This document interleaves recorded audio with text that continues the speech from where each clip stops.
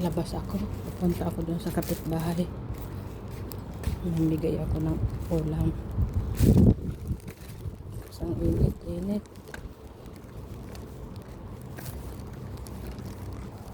Kapitbahay ako.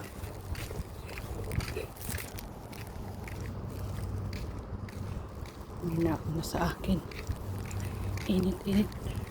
Nilakad ko lang. Ang init. Punta ako sa kapitbahay ko. Bibigyan ko ng ulam. Kasi sayang naman eh. Diba, ganun tayong mga Pilipino. Namimigay ng ulam. Malapit na yung bahay nila. Malapit na ang bahay nila. Ito na. Ito na ang bahay ni Mami Dolly. Saan kaya? Dito na ako sa bahay nila. Ayan! Sakto!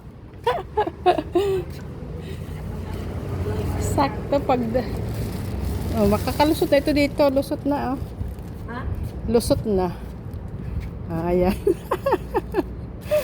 Thank you. May ilaw pa sila. Hindi. Ito kakailaw.